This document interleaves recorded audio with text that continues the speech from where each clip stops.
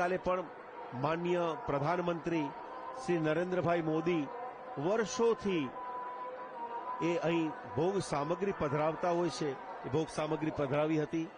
ત્યારે પરિંદુભાઈ ભગત અને નરેશભાઈ શર્મા દ્વારા તેમના માધ્યમથી આ ભોગવિધિની સામગ્રી ત્યાં પધરાવવામાં આવી હતી.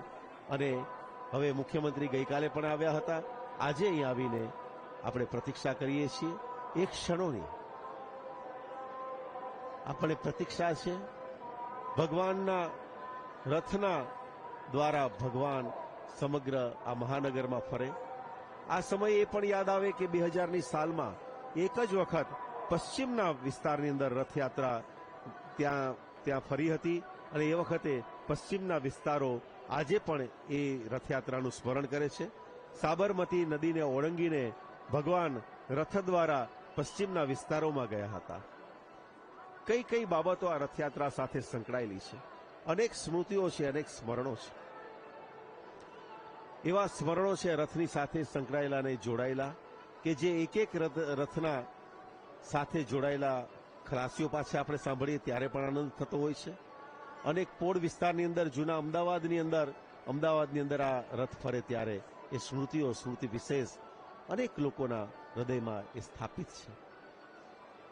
મંદિરના ગવાક્ષમાંથી મંદિરના રથના દર્શન કરતા ભાવિકો, મંદિરના પ્રાંગણમાં ઉભા રહીને રથના દર્શન કરતા ભાવિકો, અને ખીચડીનો ભોગ ભગવાને આરોગ્યો છે.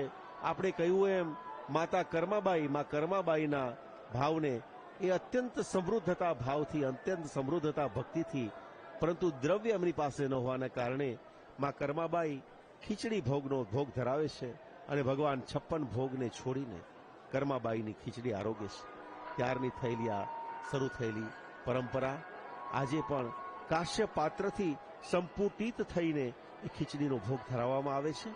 અને એ દ્વારા આ પરંપરાને વર્ષોથી આપણે સંભાળીને, સંકોરીને આ પરંપરાને, આ સંસ્કૃતિને આપણે આગળ વિદ્યમાન કરતા રહ્યા છીએ. આપણે યાદ કરીએ એ સ્મૃતિઓને, આ રથની, એ નરસિંહદાસજીને, રામહર્ષદાસજીને અને પૂજારી તરીકે કાર્ય કરતા આજે મહંત એવા મહંતશ્રી દિલીપદાસજી મહારાજને. જયેશભાઈ, આપે હમણાં જેમ કર્માબાઈની વાત કરી, અહીંયા શ્રીમદ ભગવદ્ ગીતાનો શ્લોક યાદ આવે છે, અનન્યાશ્ચિંતયંતો મામ યે જનાઃ પર્યુપાસતે તેષામ નિત્યાભિયુક્તાનામ યોગક્ષેમમ વહામ્યહમ. ભગવાને વચન આપ્યું છે, જે વ્યક્તિ અનન્ય ભાવથી મારું ભજન કરશે એના યોગ અને ક્ષેમનું હું ચોક્કસ વહન કરીશ. અહીંયા મહત્વ અનન્ય ભાવનું છે. કર્માબાઈએ ભગવાનને ભલે ખીચડી આરોગાવી, એણે આપે કહ્યું એમ પૂર્ણ ભાવથી આરોગાવેલી, અને માટે ભગવાને એ સ્વીકારી અને આ પરંપરા બની. જો ઇતિહાસમાં ડોકિયું કરીએ તો ભગવાને પોતાનું આ વચન પાળ્યું પણ છે. એમણે વિદુરજીને ત્યાં ભાજી ખાધી, શબરીના હેઠા બોર ખાધા, અંબરીશ રાજાને ત્યાં જળનો પણ સ્વીકાર કર્યો. તો આવી રીતે દરેક જગ્યાએ, હા, ગજેન્દ્રનું પુષ્પ ભગવાને સ્વીકાર્યું. જ્યાં પણ વ્યક્તિએ, ભક્તજને અનન્ય ભાવથી ભગવાનને કંઈ પણ અર્પણ કર્યું છે, ભગવાને ચોક્કસ સ્વીકાર્યું છે. ભગવાનને તો માત્ર એક જ જોઈએ છે, અનન્ય ભાવ, અવિચલ શ્રદ્ધા. તમારી શ્રદ્ધા ક્યારે હલવી ન જોઈએ, ડગવી ન જોઈએ. એ અવિચળ શ્રદ્ધા, અને આ અવિચળ શ્રદ્ધાની ખાતરી કરાવતી જ આ જનમેદની છે.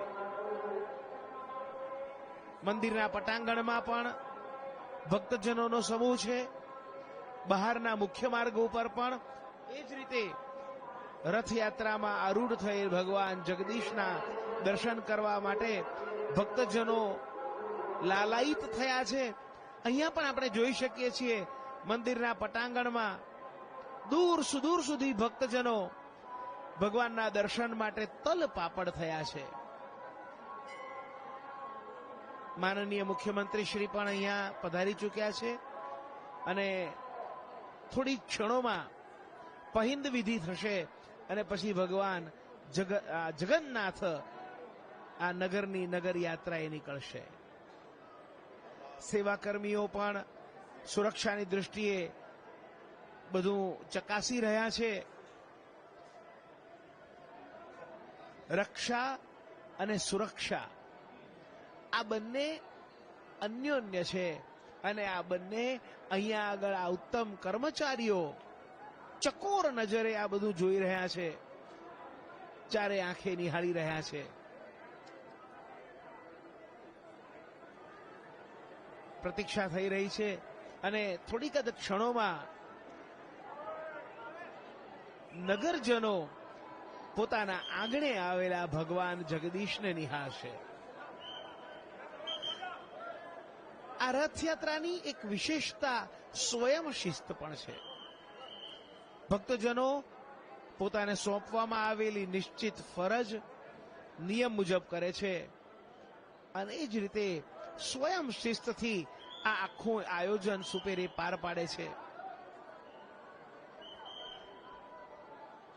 જગતનો નાથ આ જગદીશ જે સર્વજન સુલભ છે, જે માત્ર અને માત્ર અનન્ય ભક્તિથી ગ્રાહ્ય છે, પ્રાપ્ત છે, સુલભ છે, એ જગદીશ એને એક ઝાંકીએ જોવા માટે આ બધા ભક્તજનો તલ પાપડ છે.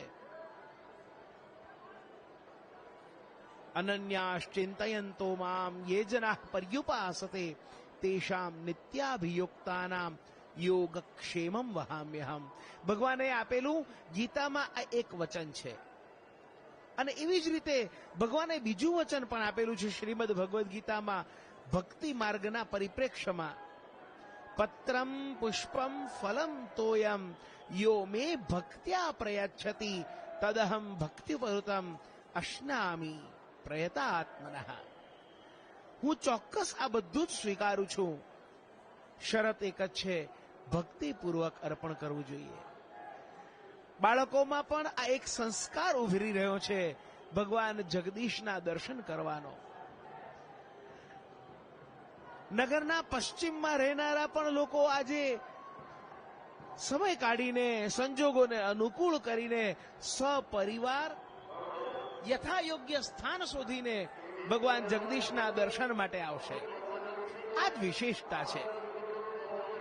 દૂરદર્શનના માધ્યમથી તો ઘણા લોકો અમદાવાદ બહાર પણ આ જગદીશની નગર યાત્રાના દર્શન કરશે જ કરશે, પણ નગરના પશ્ચિમમાં રહેનારા લોકો પણ આજે પૂર્વમાં આવી અને પ્રત્યક્ષપણે ભગવાનના દર્શન કરશે. ભગવાનની છડી પણ આવી ગઈ છે અને એ જ રીતે થોડી વારમાં છડીના આગમન પછી માનનીય મુખ્યમંત્રી શ્રી પહિંદ વિધિ માટે આવશે. જગન્નાથપુરીની રથયાત્રા બાદ સૌથી વધુ પ્રાચીન અને મોટી રથયાત્રા એ અમદાવાદની રથયાત્રા ગણાય છે. રાષ્ટ્રના 4 પ્રમુખ પાવનધામમાં કળિયુગમાં જગન્નાથપુરી એ પરમ પાવનધામ ગણાય છે. પૂર્વકાળમાં અહીં નીલાંચન પર્વત હતો અને નીલાંચન પર્વત હતો ત્યાં ભગવાનની શ્રી મૂર્તિની દેવતાઓ આરાધના કરતા હતા. સમય જતા આ પર્વત ભૂમિમાં ચાલ્યો ગયો અને ભગવાનને દેવો દેવલોકમાં લઈ ગયા. જેમની સ્મૃતિમાં પુરીના ક્ષેત્રને નીલાંચન ક્ષેત્ર પણ કહેવામાં આવે છે.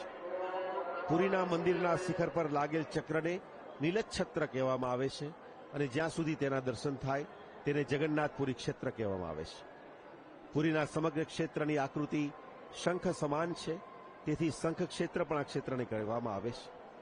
તેમજ સતીની નાભી અહીં પડી હોવાથી ત્યાં શક્તિપીઠ પણ છે, જેને ઉડ્ડિયાન પીઠ કહેવામાં આવે છે. આ કલિયુગની જગન્નાથજી ભગવાન એ કલિયુગના એક ઉપાસ્ય દેવ તરીકે આપણે એમની ગણના કરીએ છીએ, કારણ કે જનતા જનાર્દનની વચ્ચે રહે છે. બ્રહ્માર્પણ લોકાર્પણ, પરમાત્મા આ લોકને સર્વ પ્રકારે પોતાના ભાવને પોતાના આશીર્વાદને અર્પણ કરતા રહે છે. ત્રણેય રથમાં વિદ્યમાન ભગવાન શ્રી જગન્નાથજી, બહેન સુભદ્રાજી અને બલરામજી, શેષ સ્વરૂપ એવા બલરામજી અને અગ્રીમ ભગવાન શ્રી જગન્નાથજીની વચ્ચે બહેનને બેસાડ્યા છે તેમાં વાત્સલ્ય છે, બેન પ્રત્યેનું વાત્સલ્ય છે અને બેનને પણ આનંદ છે કે ભગવાન રથમાં એમને લઈ જાય છે. રથને યાદ કરી ત્યારે અનેક રીતે રથ યાદ આવે છે. રૂકમણીજીનું અપહરણ પણ રથ દ્વારા કરવામાં આવ્યું છે. ભગવાન શ્રી જગન્નાથજીના આ રથયાત્રાના પાવન દર્શન સાથે જોડાયેલા તેમાં ખલાસીઓ, ભક્તો, 2000 જેટલા સાધુ સંતો અમદાવાદ બહારથી અહીંયા પધાર્યા છે. 200 જેટલા સખી વ્રજના વિસ્તારમાંથી અહીંયા પધારે છે. આપણે જોઈએ છીએ રથયાત્રાની પૂર્ણતઃ શરૂઆત થવા ઘડીઓ ગણાઈ રહી છે. ગુજરાત રાજ્યના માનનીય મુખ્યમંત્રી શ્રી ભૂપેન્દ્રભાઈ પટેલ આગળ છડી જઈ રહી છે અને ટ્રસ્ટી મહેન્દ્રભાઈ ઝા અને અન્ય ટ્રસ્ટીગણ આ રથયાત્રાની પહિંદ વિધિ માટે પૂર્ણ તૈયારી. થોડીક ક્ષણો પછી રથયાત્રા અમદાવાદ નગરની અંદર નગરચર્યા કરવા માટે બહાર નીકળશે.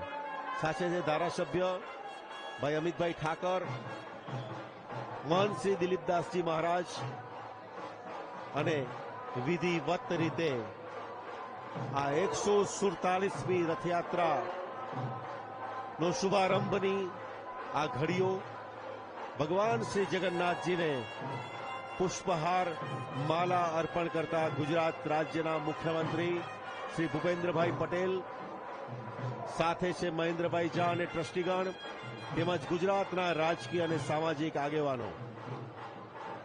તેની સાથે અમદાવાદથી પધારેલા નગરજનો, બહેનો અને ભાઈઓ સૌ આ પ્રતીક્ષાની ક્ષણને, આ ઘડીને, મંગલ અવસરને વધાવવા માટે આતુર છે.